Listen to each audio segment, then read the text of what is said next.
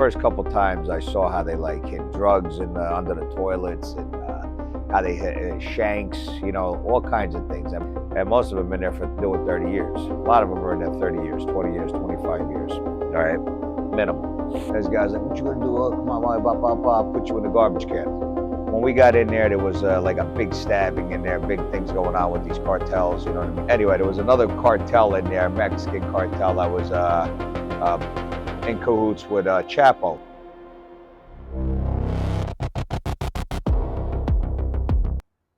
All righty, we're back again. All right, so we're gonna talk about a little bit how I was on the west side. Remember, I was on the west side, then I got switched over to the east side in Fort Dix.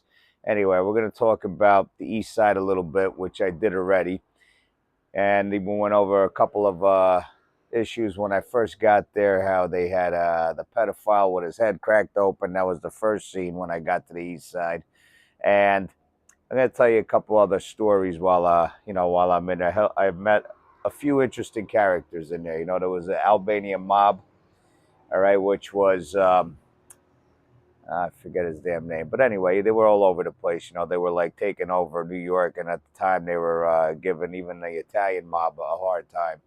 Pretty much going in, taking over their clubs, doing this, doing that, and giving the Italians a hard time. So these guys were in there, right? So there was the Albanian crew on the west side and on the east side. So on the east side there was Nicky, on the other side there was uh, I forget his name, but anyway, they were like partners. All right, so they were kind of taking over the whole squad over there. He built a nice church in Albania for him during the time when he was making all his money. So he did some good with his money. And nice guy though. I mean, I don't know how nice he was, but he was nice to me in there. Uh, Very good guys to me anyway. So this guy was in there. They were in there for extortion, all kinds of things. He got 30 years. They all got like 30 years. All right. So they were in there for a long, long time. A lot of these mob guys are in there for like 30 years. So anyway, this guy was doing 30 years. I think he was in already for 15, right? So we used to hang on the bleachers outside and we used to talk and, tell stories or whatever. It started raining one day, right? And I don't know if you want to laugh or whatever, but it started raining one day, right? And he goes, you know, every time it rains, I get a hard on. I feel like I'm in the shower jerking off. All right. Because every time you go in the shower, what do you do in prison? You jerk off, right? So, anyway, this guy says that, right? We all start laughing because he's in there for like 15 years. I mean, that's a long time. It's nothing to laugh about. But anyway, he was also getting deported once he got out, So, Alex was his name, good guy. Anyway, so and he protected a lot of people. What his he had a lot of clout in there. I mean, he was in there for a while, and he was doing a lot of time. He had like a little limp to him, but he had a lot of clout in there, and he knew a lot of people. So a good guy to know in there.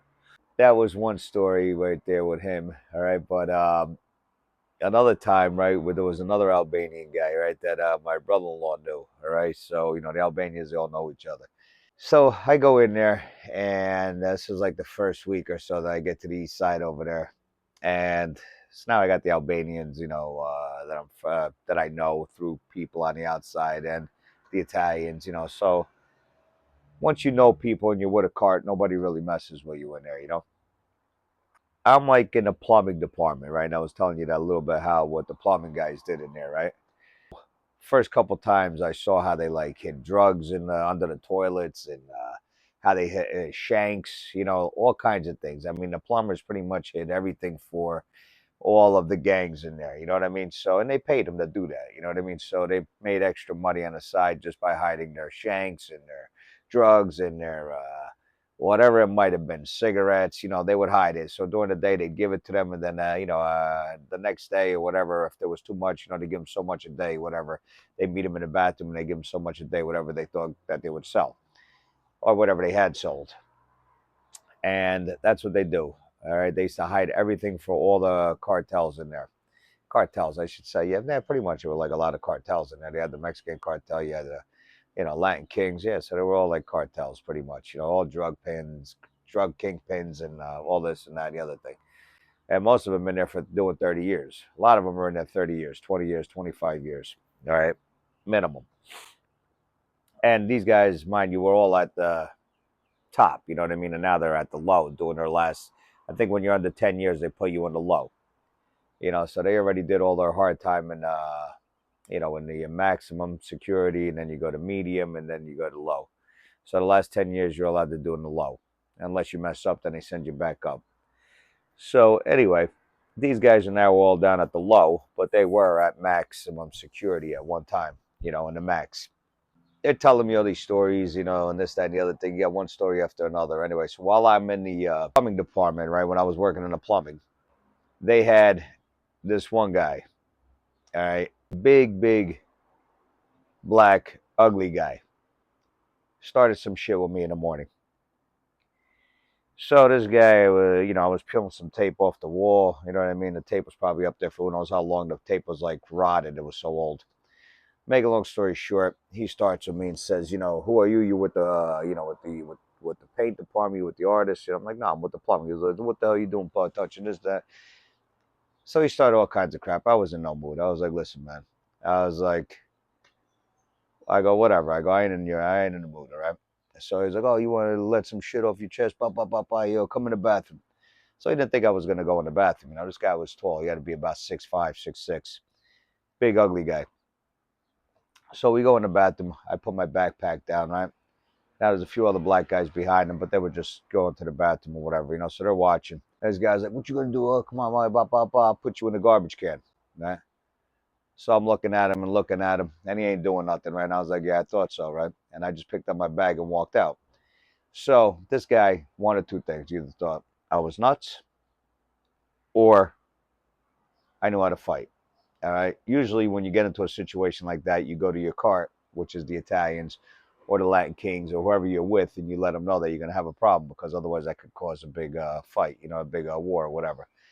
And but I didn't. I just pretty much handled my own shit. I didn't go to nobody. I didn't go to the Italians. I didn't go to nobody. I just handled my own crap in there. I'm sitting down with the Albanian guy over there, right? And I said, yeah, that's the guy that I just had a little beef with in the bathroom. Because after the thing was over, everybody finds out everything in there right away. So they all come up to me, man, why didn't you come get us? Oh, papa, the other thing, what's the matter with you? You're starting this stuff with these guys by yourself, right? I'm like, it's all right. I had it handled. It's all right. It's cool. So anyway, the Albanian guy looks at this guy and goes, Joe, he goes, you couldn't pick a fight with anybody smaller?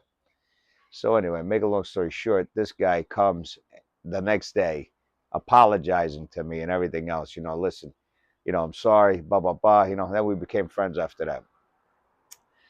He was leaving in like a year anyway. So he did a lot of time as well, and he was like a Muslim or whatever he was. So anyway, a lot of people that go to prison turn to, become Muslims while they're in there for different reasons. Not so much because they're into the Muslim, whatever, but they get different foods and get treated differently. Just like a lot of people want to become Jewish when they're in there as well, because you get better food and this, that, and the other thing. So there's a lot of different reasons why they become Muslims and they become, Jews or whatever. Italians don't get any benefits. This guy, comes up. We become friends after that, after this quarrel, and that was that. And I had another issue as well in there one time with this guy, this other guy that worked with me in the gym. Because after the plumbing job, I ended up getting a job in the gym where I belong. You know what I mean? So basically, I was just repairing gym equipment. This, that, I think I might have said that already. And there was this one other guy that worked in there. He's a real pain in the ass. This black guy, thought he was like a boxer and this and that. You know what I mean? It was a real pain in the ass. He busted my chops one day, busted my chops another day. And he's always jumping around, jabbing, doing this, doing that, making himself look like a fool, really. But thought he was a boxer, thought he could fight, you know what I mean? And he, was in super good shape. So one day the guy pissed me off so bad, right? And it was like some racquetball rooms in there. So I said, listen, let's go in a racquetball room, all right? Come on, me and you. We'll go in a racquetball room right now, and we'll take care of this little problem you have. All right. And he's like, yeah, go ahead, right? So anyway, I go in a racquetball room. He doesn't show up. Make a long story short, he stopped his BS after that. All right. No more BS out of him. And, I had a piano in the back over there, which I think I told you already. So I had him bring it out. I learned how to play the piano, and like I said, this gay guy in the instruction thing over there, he was a little too touchy with me. So that's why I told him to bring this piano in there, and I'll learn on my own. You know what I mean? Anyway, so we did that. But there's another interesting story, right? Once I got shipped out of Fort Dix, I was making my way to Allenwood. Now, by the time you get to Allenwood, all right, which is in Pennsylvania, you got to go through different places. Like you go to Manhattan, where Diddy's actually locked up right now. So I had to go in there as well. I forget the name of it, but it's another federal thing over there, holding place over there, and not a good spot at all in there, right?